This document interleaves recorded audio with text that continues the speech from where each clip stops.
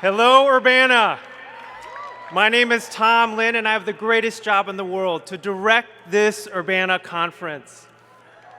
For over 2 years, I've been awaiting your arrival. I believe God is writing a great story in each of you. And each of you has an Urbana 15 chapter. It began with an invitation to be here, and you've said yes. Yes to sacrificing your holidays, yes to leaving family, friends, and loved ones. You've traveled from beyond North America, from Canada, and from the 50 states by plane, car, and bus. And now you've finally made it. Welcome to Urbana.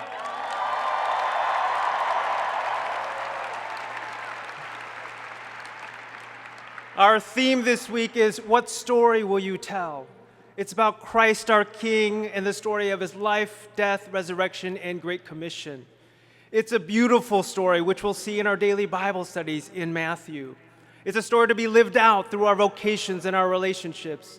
It's a story to be proclaimed through our words and our deeds. Now, growing up, the story I was planning to tell had nothing to do with Jesus. I never dreamed of being a missionary. I never thought I looked like a missionary. I was an ordinary Christian who came from an ordinary immigrant family. My story was one of pain. I grew up as a second-class citizen, looked down upon as an Asian American. I remember the fears and the jeers as I engaged with the majority culture around me. I believed I had nothing to offer the world. So I resolved that my life story would be about me, pursuing fame, fortune, and comfort. It meant comfortable relationships and a comfortable life on campus. I pursued that plan until one day when it was finally within reach, I felt empty. God surprised me with a twist in my story. I was a college senior and found myself in your seats at Urbana. At Urbana, God began writing a new chapter in my life. He surprised me with a beautiful gospel that says there are no second-class citizens, that all ethnic groups are invited into his story, that his story extends to all nations. He surprised me with a gospel that convicted me of my selfish plans. I surrendered my story, and Jesus invited me into his story. At that Urbana, God challenged me with the question, what story will you tell with your life, Tom? And I responded, whatever role I can have in telling your story, I'll do it. But it meant living a story different than what the world lives, different than my roommates, professors, and family. It meant uncomfortable conflict with my parents regarding my future. It meant uncomfortable things on campus, like sharing my faith with my roommates and leading an evangelistic Bible study in my dorm.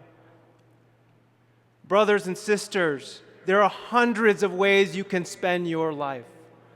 There are hundreds of stories you can tell. The question we will ask you this week is, what story will you tell with your life?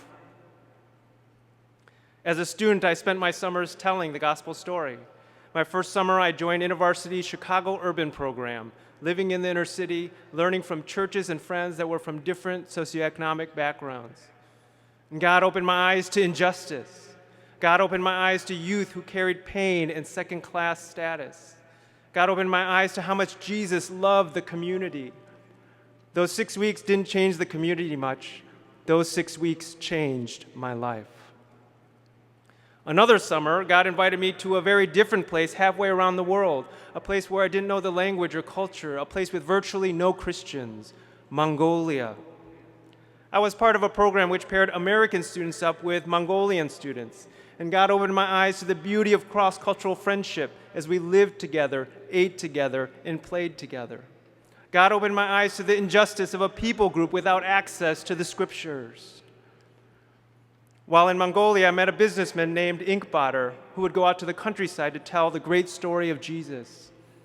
One day, he stopped by a cafe in the countryside to have lunch. As was his custom, he asked if he could tell a story to the owner. As Inkbader began sharing the gospel, the owner started to cry. Tears started running down her face, and she couldn't stop crying. So Inkbader asked her what was wrong. She answered with this story. A couple days earlier, she found a pamphlet about Jesus. And after reading it, she wanted to know how to become a follower of Jesus, but didn't know how. So she thought if she went up to the mountains and prayed, Jesus would come to her. So she climbed up to the mountains and cried out, "Jesus, are you here? Jesus, are you here?" No answer. She walked down the mountain disappointed. Then she had another idea. Maybe Jesus isn't up in the mountains, maybe he's in the field. So she ran across the fields crying out, "Jesus, are you here? Jesus, are you here?" No answer. She walked home discouraged and confused. Who is this Jesus she read about? As she was walking, she prayed, "Jesus, if you're real, please send someone to explain your words to me." And she looked up at Ink Botter and said, "You are the answer to my prayer. Now I know Jesus is real. Will you explain his words to me?" Ink Botter spent the rest of the day telling Jesus' story, and the woman became a follower of Jesus. My life was changed through that cross-cultural experience. If I limited my story only to the comfortable version, I would have missed out on this beautiful place I came to love. Brothers and sisters, you and I are called to tell God's beautiful story not just on our comfortable campuses, not just in our neighborhoods, but also to the ends of the earth. There are millions like the Mongolian cafe owner crying out, "Jesus, are you here? Who is this Jesus?" We're being called during a time of unprecedented need for the world to hear Jesus' story. 1 billion in China and 3,000 people groups around the world have never heard the gospel story. We're seeing unprecedented fragile nation states and an unprecedented refugee crisis, more refugees in the world than at any time since World War II. Islam continues to grow, and our need to share the love and the gospel with Muslim friends has never been greater. We're seeing unprecedented persecution. A Christian is martyred every 5 minutes, with more killed for their faith than ever, including 148 college students at Garissa University in Kenya this past year. We're seeing horrible ethnic cleansing and racial injustice.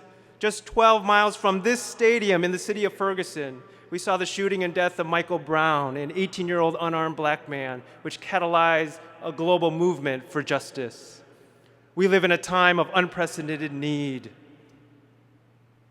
Urbana, will you lift up your eyes to the nations?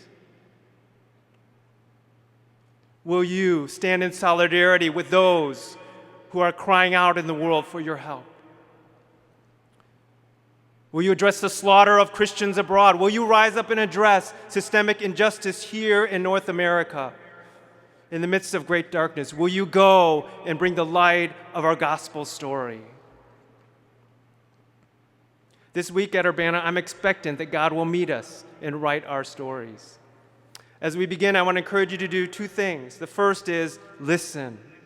Listen to brothers and sisters around the world who are suffering, who are asking us to stand in solidarity.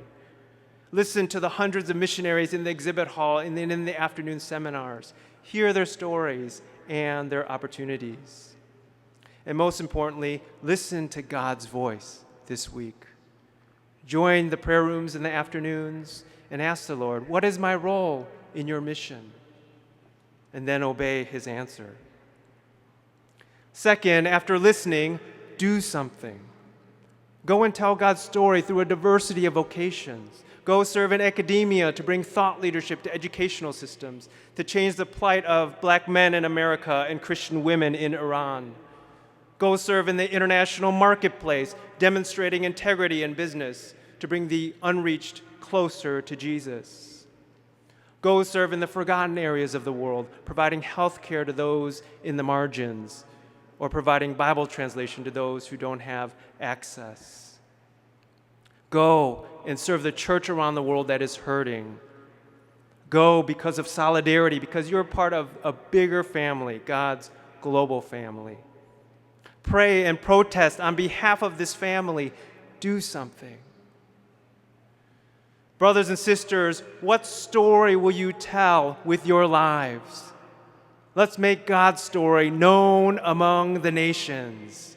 Amen.